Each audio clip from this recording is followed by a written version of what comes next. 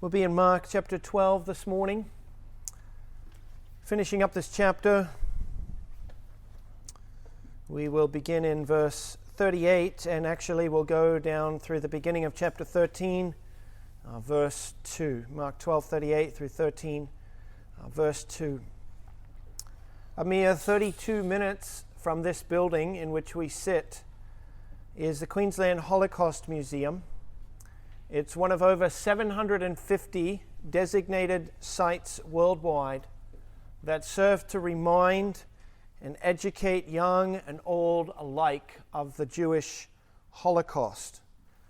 Between the years 1933 and 1945, Adolf Hitler, the Führer of Germany, engaged in a genocidal purge of Jews.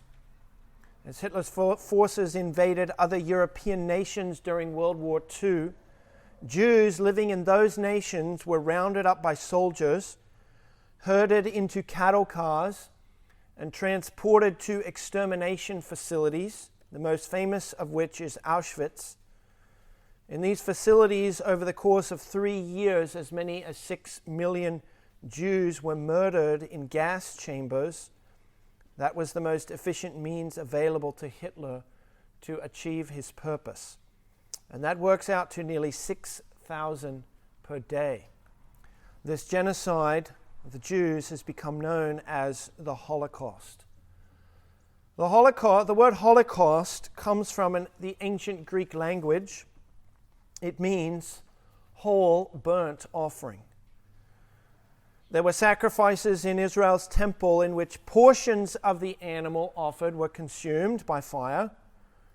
But the burnt offering differed. The burnt offering consumed the entire animal. It was a sacrifice that was only ever offered in wholes. And just as the lamb in the Jewish temple was killed and the entire carcass consumed by fire, so the aim of Hitler's Holocaust was to entirely consume the Jewish people. The Holocaust is not far from our text this morning.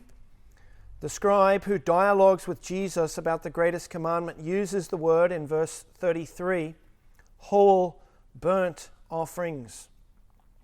To love the Lord is much more than to offer up to God a holocaust, a whole burnt offering, the scribe says.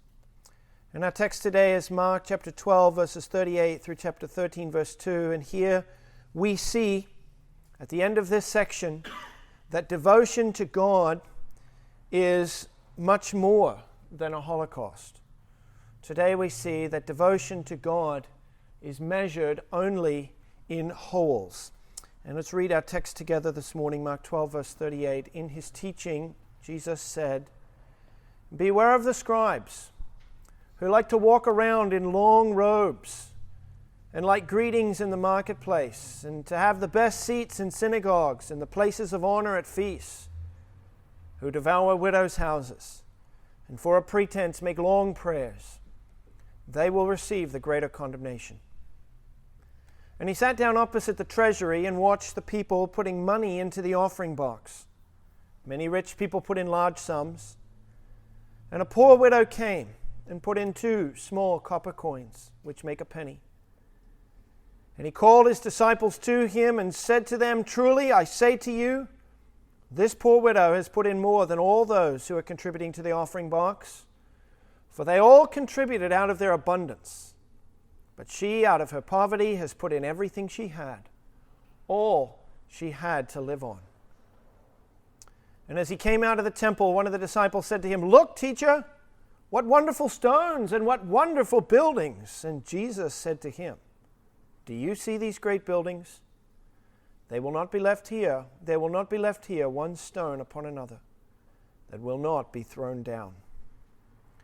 As this scene closes, Jesus exits the temple for the last time in Mark's gospel. He foretells its destruction. Not one stone will be left upon another, Jesus says. It will be entirely consumed. The temple's not the only thing entirely consumed in this passage. In verse 40, so also are the widows' houses. They are devoured. It's a word that gives us the picture of one gulping down a meal so that nothing is left.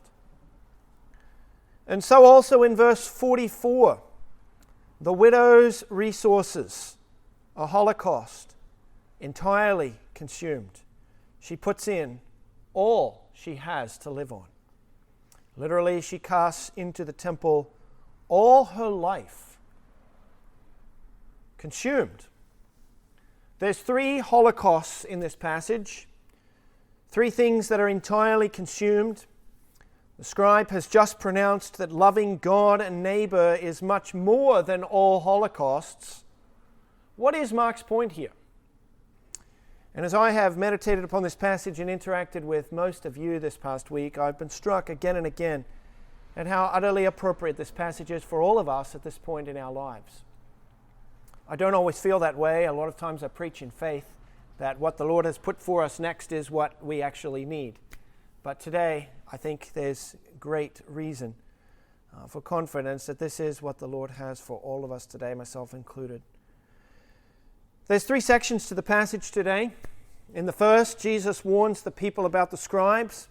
He says they will receive the greater condemnation. In the second, Jesus observes the people making their offerings in the temple, and he calls attention to the minute gift of a widow. He says she has given most.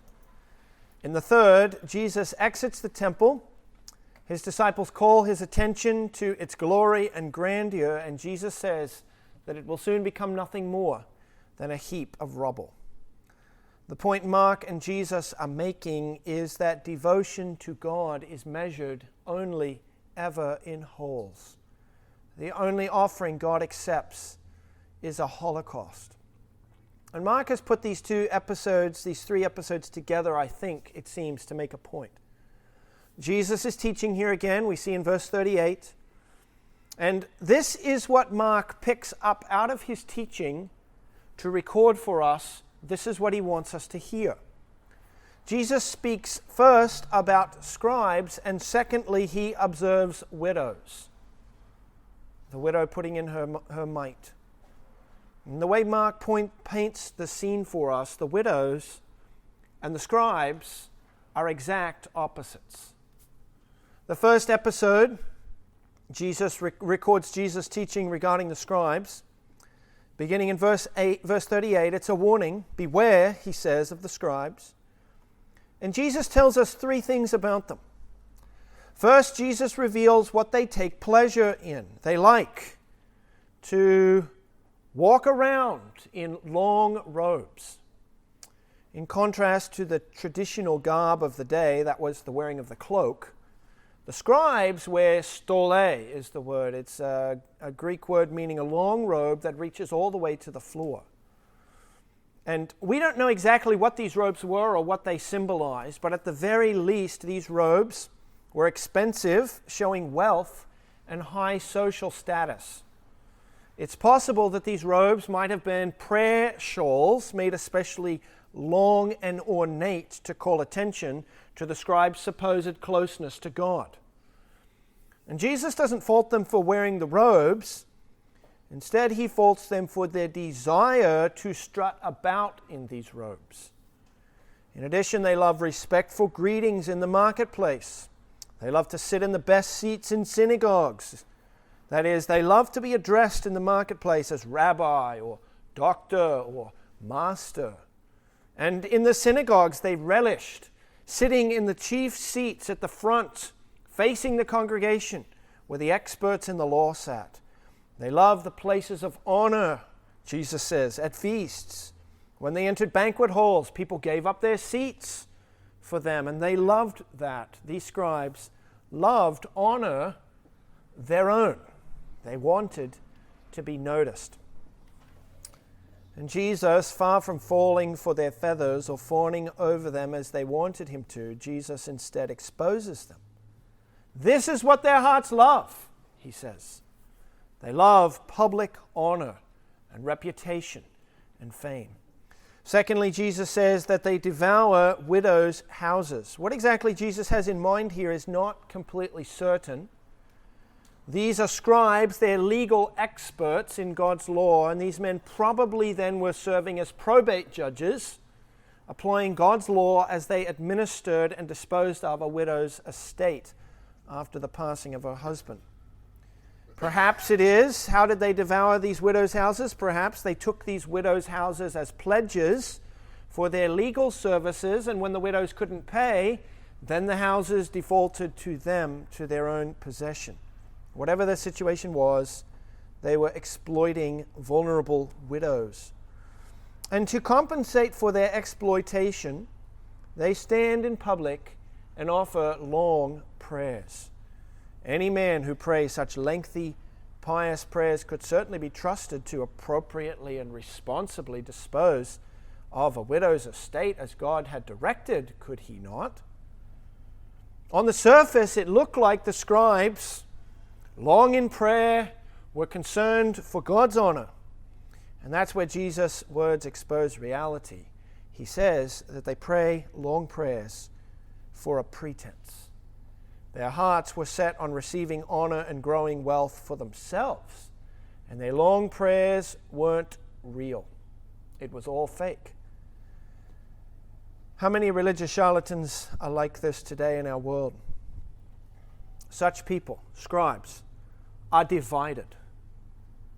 Their external actions move in one direction, long prayers, but their hearts are oriented in another. They are not whole people. And Jesus says, of such, beware. It's a warning for them. It's a warning for us also.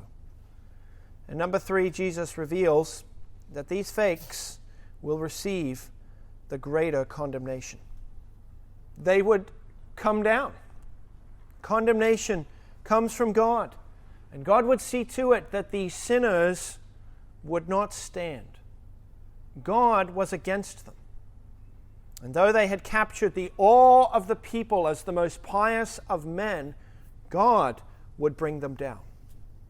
It was not unlike the temple itself. In chapter 13, verse 1, Jesus exits the temple. The disciples call his attention to the grand magnificence of the buildings.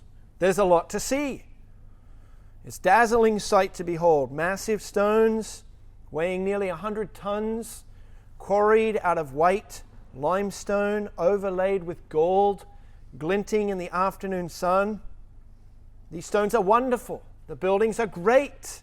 There's much to see, and yet these stones and these buildings, like the scribes, are coming down, condemned to be thrown down. God would bring both the scribes who occupied the temple and the temple itself to an end. Jesus isn't fooled by the scribes' pretense. He isn't amazed by the temple's grandeur. Both are like great leafy fig trees, fruitless and destined for destruction. Jesus isn't fascinated by our pretense. Why? We find the answer as we look at what did catch Jesus' attention. Not the pretense of the scribes, it was the widow. And the way Mark writes the story in verse 33, we should see Jesus in the temple, aloof, disinterested, indifferent to the bustle of the crowds, the glory of the buildings, the importance of the leaders that whirl before his eyes. But out of the corner of his eye, a movement catches his attention. It's a widow. She's making an offering. And at that moment, Mark's gospel record, the action slows. The rest of the scene blurs. The camera zooms in first on Jesus' attention and then on the widow as she takes center stage. Jesus leans forward. His eyes lock on. His breath slows. The widow's hand rises. The coins fall from her grasp. The money clinks down into the chest. And Jesus' head begins to swing from side to side in slow motion, deliberately catching the eyes of his disciples. His hand beckons to them and he calls, "Come!" The disciples gather round. The look in Jesus' eyes is intense. His hand extends slowly. His fingers point in her direction. Their heads turn and look and then swivel back to him. And he speaks, every word hanging nearly motionless in the air. Truly, I say to you, this poor widow has put in more than all those who are contributing to the offering box. The motion stops. What? Thoughts race. Questioning eyes dart about. Why does the master say this? The disciples turn to look again in the direction the finger points. The shape of the widow is growing smaller. She slips from sight as the crowd closes around her. Who have they just missed? What important figure has just eluded their gaze? Was this the widow of the high priest, putting in more than all the rest? How could it be that she has put in more than all the rich? She threw in only 2 small copper coins. Heads swivel again in Jesus' direction. He's talking. He's telling us why he said what he did. 4. She put in more than all the rest. 4. Here's the necessary explanation. It's necessary because without it, Jesus would have seemed a lunatic. They all contributed out of their abundance. But she, out of her poverty, has put in everything she had, all she had to live on. A scribe hurries by, his long robe swishing. He's headed to take his place in the chief seats. He'll be teaching soon from Moses' seat. All the people are bowing before him, but Jesus doesn't even seem to notice. His eyes are transfixed on the place where his eyes last glimpsed her. All she had to live on, literally her whole life. It's the last words that come from Jesus' mouth in the temple. The coins the widow threw in were lepta, is the word. A common laborer would earn 128 of them in a day. The 128 would have been not an exorbitant wage, but enough to feed himself and his family for the day, not much more.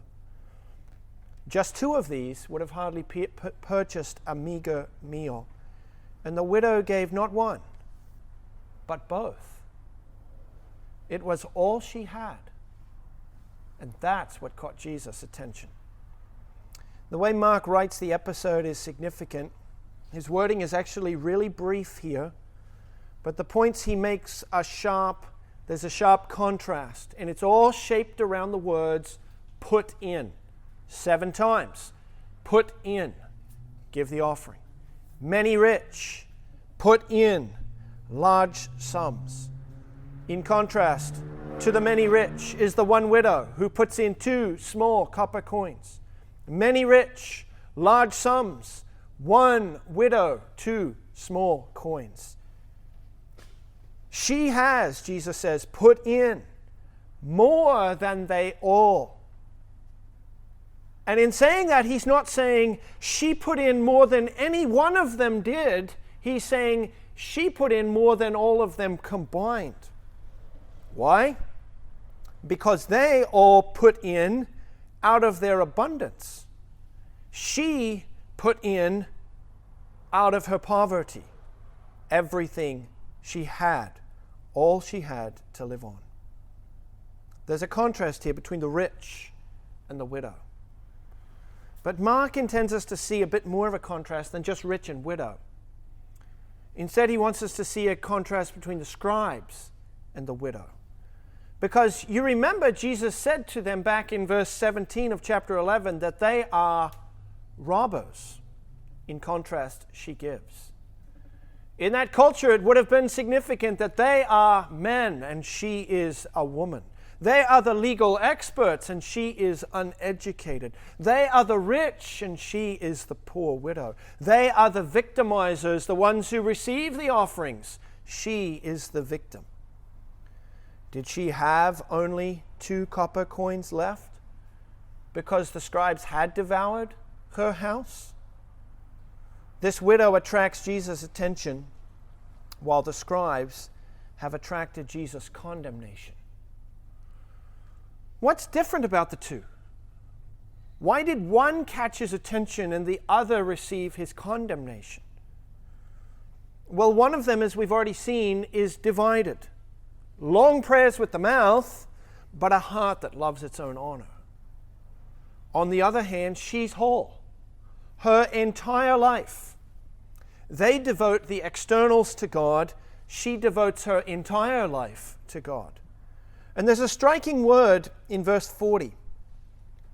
They will receive the greater condemnation. Why will the scribes' condemnation be greater? Greater than who? Greater than what? And why condemnation at all? Weren't these scribes at least praying long prayers? Didn't their academic and theological expertise undergird the offering of these sacrifices?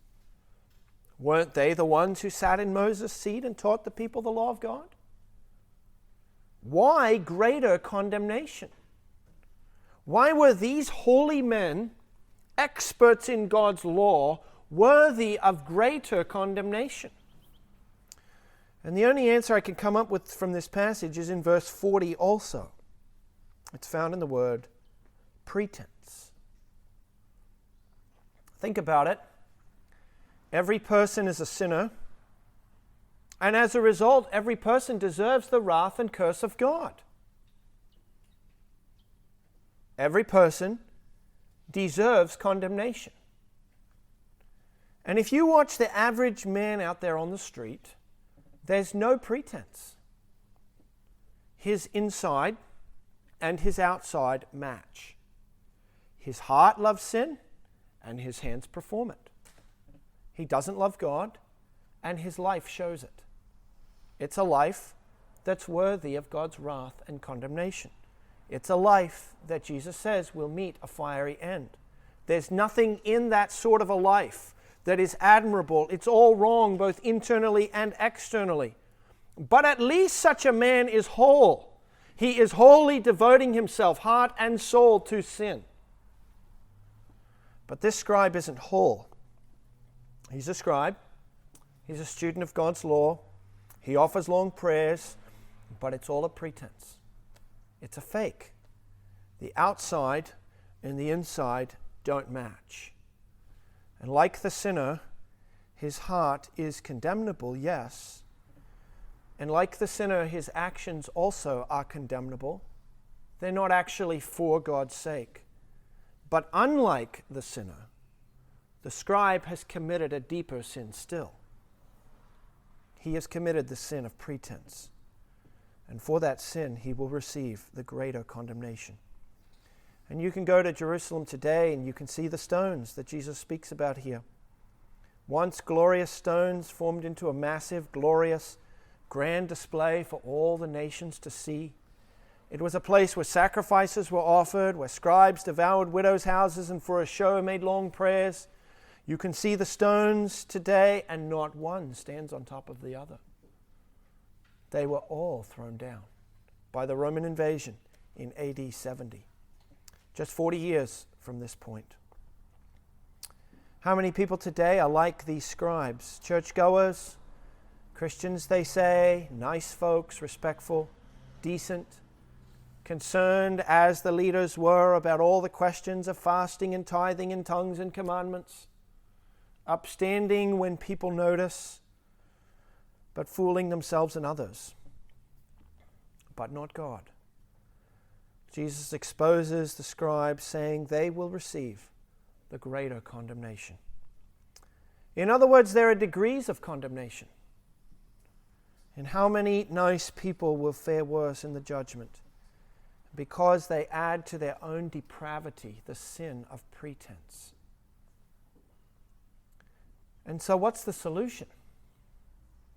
Is it better to stop doing what you know is right? Stop coming to church. Stop calling yourself a Christian. Stop being decent. Instead, live it up. Live in sin, since that's what's inside the heart anyway. Make the inside and the outside match. Stop living in pretense. Is that the best path forward? Unite both heart and soul and body in sin. Stop living a double life. Offer up yourself as a holocaust to sin. Well, if you choose that path, you will fall under the wrath and curse of God.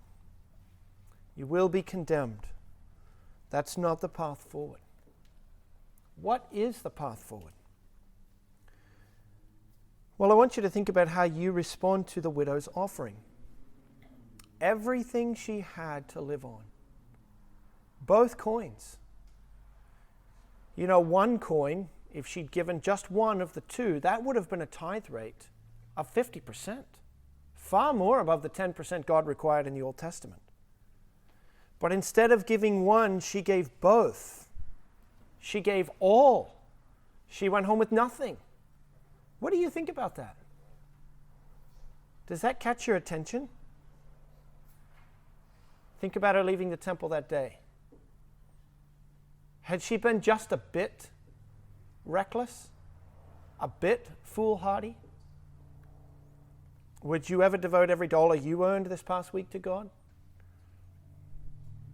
But what's clear about this widow is that she loves God with all of her heart. See, her offering is not managed. It's everything she's got. It was a holocaust, and when it's a holocaust, then you know that the person is whole. Wholly given to God, nothing held in reserve, and that's what catches Christ's attention. She's the one who has given most, he says. And this is exactly what Jesus said the greatest commandment was. It was to love God with all the heart and all the soul and all the mind and all the strength. And that means we don't have the option of whether or not we will do what the widow did. We don't have the option of giving everything to God. We don't have the option of offering ourselves up as a holocaust, a whole burnt offering to God, because this isn't an option, it's a commandment. It's what God requires. Without a heart full of love for God, the rest of your spirituality, be it long prayers or teaching in the marketplace, without a heart of love for God, the rest of your spirituality, whether it's the long prayers or a supposed closeness to God that everyone respects and bows to, without a heart of love for God, it's all worthless. Every good act you perform of love to neighbor, if not performed as an act of devotion to God first of all, is misguided. It's empty. We cannot ignore what Jesus says here. If you do, you too will receive the greater condemnation. And in his greatest letter, the Epistle to the Romans, Paul admonishes us to present our bodies as a living sacrifice. You are to become a holocaust. And it's supposed to be a whole burnt offering that is self-offered. You are to be the offering, and you are to be the priest who offers it to God upon the altar. A living sacrifice, Paul calls for. And that brings us to two questions we need to address briefly. First, is this even possible? A whole burnt offering to the Lord? And the second question is, what does this look like? Does this mean you need to give everything you earn in the offering box at church? Let's take up that first question. Is this even possible? Can we ever come to the point before God where we've actually met this requirement? Where this is our status before Him and He can check that box. Lover of God with all the heart. Met the qualification. Where God regards us as having fulfilled our obligations that He lays upon us in this first and greatest commandment.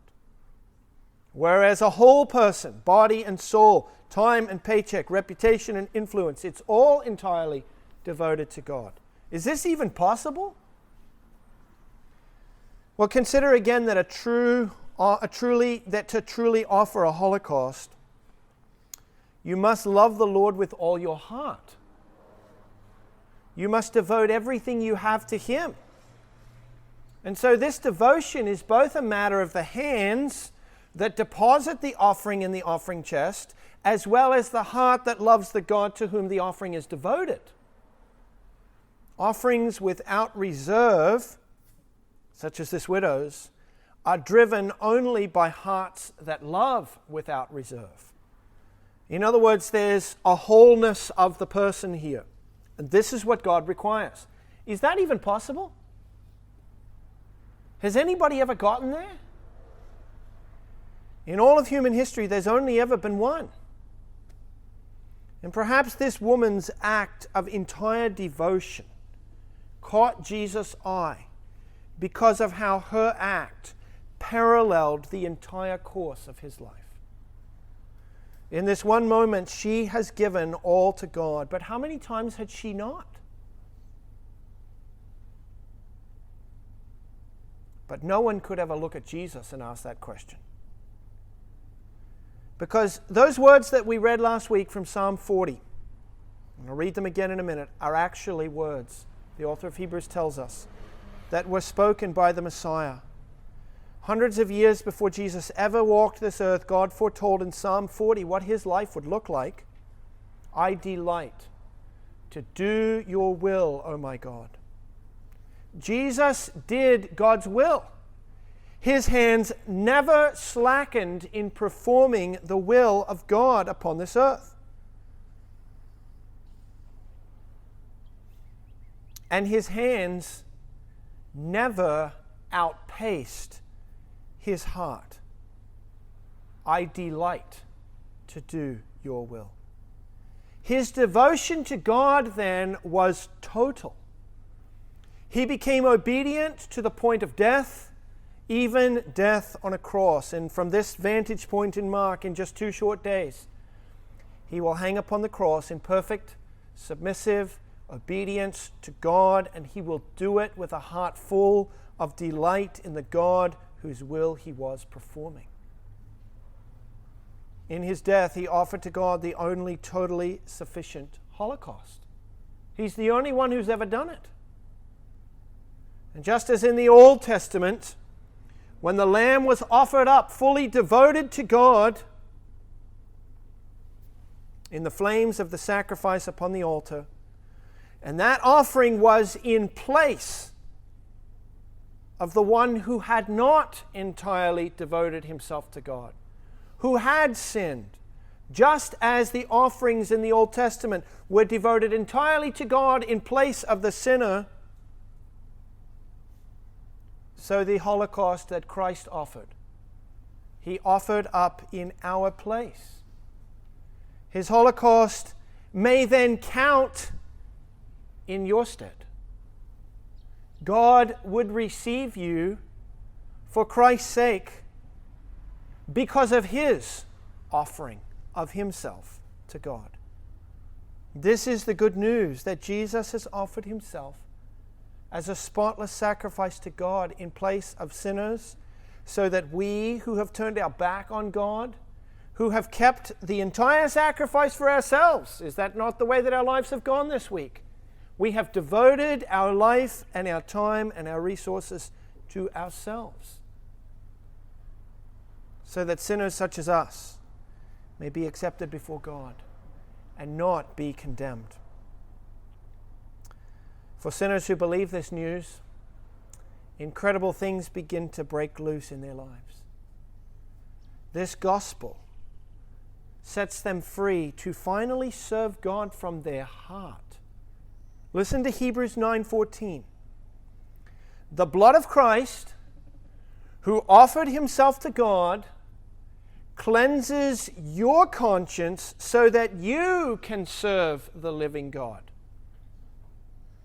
If Jesus never died, there would be no way we could serve God from our hearts, because our consciences would turn our hearts against God.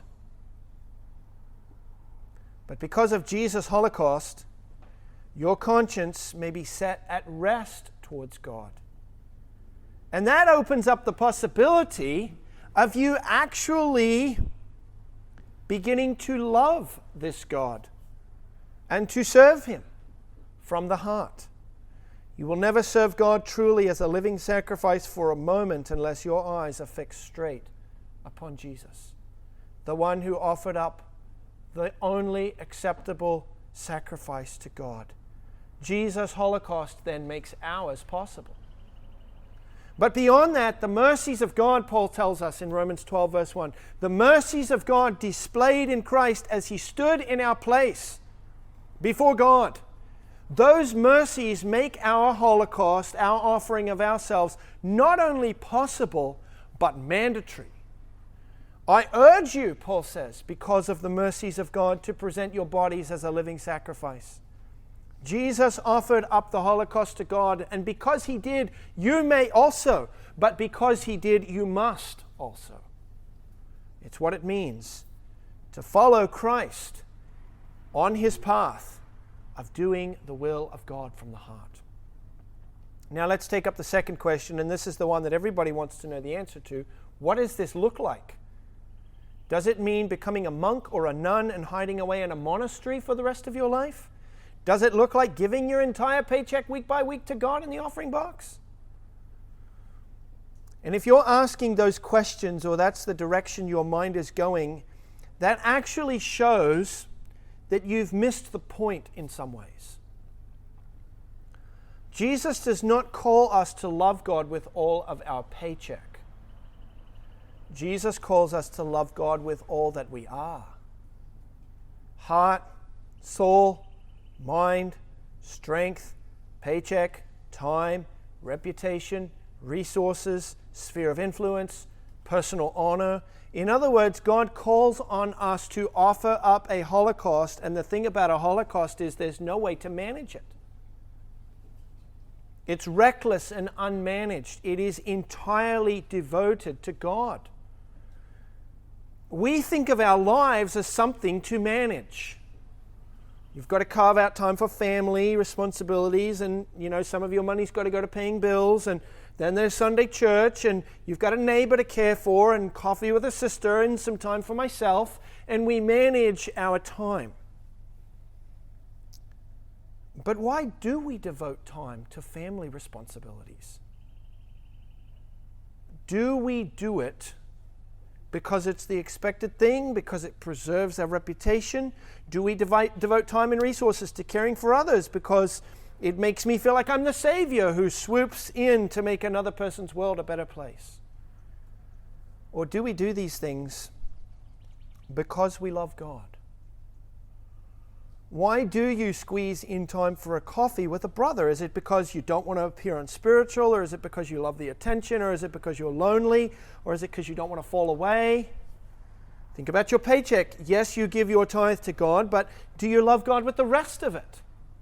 Do you love God with the money you spend on your groceries, or is that money devoted to yourself? Do you devote a part of what you earn to God by giving to those in need? Do you devote every dollar to God? In other words, the sacred things like giving in the offering box are not the only way that we love God. We don't get to compartmentalize and do that on the Sunday morning, and then the rest of the paycheck belongs to me. How divided our lives are. I just need a bit of me time. I just need to spend a bit of money to make myself happy. How foreign the widow's entire devotion to God seems to us. You'd have nothing left for yourself if you did that. And that's the point. It would be a holocaust. Heart, soul, mind, strength, time, reputation, sphere of influence, all of it for God. And when you do that, suddenly the conflict in your life disappears. You aren't trying to fit God in and carve out some space for Him. You're not struggling with how you can make church work alongside everything else you have to do. Your kids are no longer in competition with God for your time and attention. Now you're loving God by loving your kids. You're caring for others, not simply to make them happy or because it's just your duty or because it makes you feel important or special. You're doing it because your life belongs to God. You aren't struggling to figure out whether to use Sunday mornings to take a much-needed break or to go to church. Your life is God's, and He's already told you what you do on the Lord's Day. If your life is God's, then there's no struggle. Monday, Tuesday, Wednesday, Thursday, what the Lord puts down in front of you, you run with that for His sake. What God requires of you, you do, and you do it from your heart. The widow's offering here is reckless. And it seems almost pitiable, even foolish in our minds. And yet that's what caught Jesus' attention. What does she have left to live on? Well, that's the point. She's got nothing left for herself. She's given her whole life to God, and what she lives on is not really a question in her mind, because she's not living for herself. She's given her whole life to God. She's given her all. She has trusted God's promise that He is a fortress to the widows. He cares for those who are bowed down. And the totality of her offering shows that the totality of her person is devoted to God.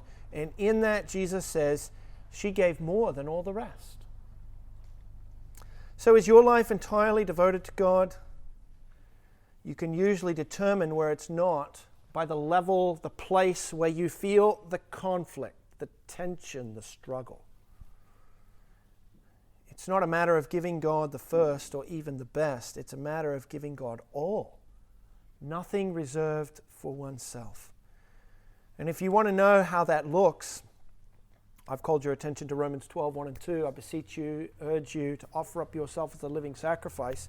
If you want to know what it looks like to live as a living sacrifice, read Romans 12 through 16, and Paul will show you. The rest of chapter 12, 13, 14, 15, and 16 shows us practically what it looks like. It looks like humility and service to fellow members in the body of Christ. It looks like genuine love that shows honor to others rather than to self. It looks like not returning evil for evil, but blessing instead. It looks like giving up vengeance and letting God set wrongs right. It looks like submitting ourselves to governing authorities. It looks like casting off the works of darkness. It looks like walking in light. It looks like welcoming ones who are weak in faith into the assembly. It looks like taking care not to cause a brother to stumble into sin by my use of my Christian liberty. And that means you've got to give some stuff up. Some stuff that isn't actually forbidden by Scripture. And that'll be a struggle for you if you're trying to manage your sacrifice. But we are purchased by God.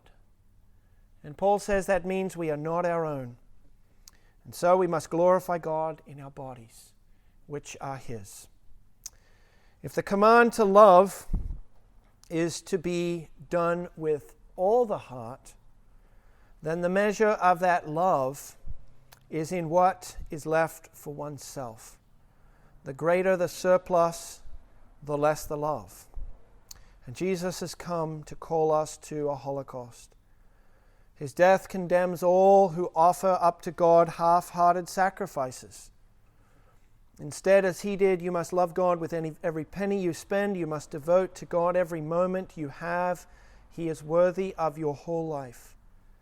A carefully managed and calculated devotion is not devotion at all. Instead, it betrays an underlying root of self-love. And so follow Christ.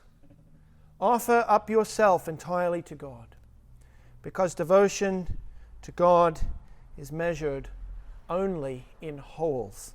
Lord God, these are heavy words for us to hear, and how we thank You for Your Son.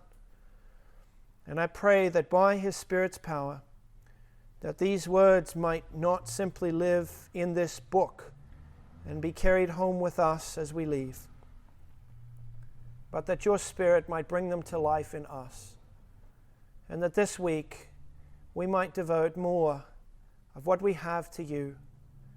In those moments at work, that we might work for Christ's sake, first of all, not for the eyes of men. And in our shopping habits, and in our pleasure time, and in our care for others, and in the way that we respond to the needs that our body presents to us, to eat and to drink and to sleep. I pray, Lord, that in each circumstance, that we would recognize that you are the owner of us, and that surrendering ourselves, offering ourselves up to You in every act that we perform, that this is what You require.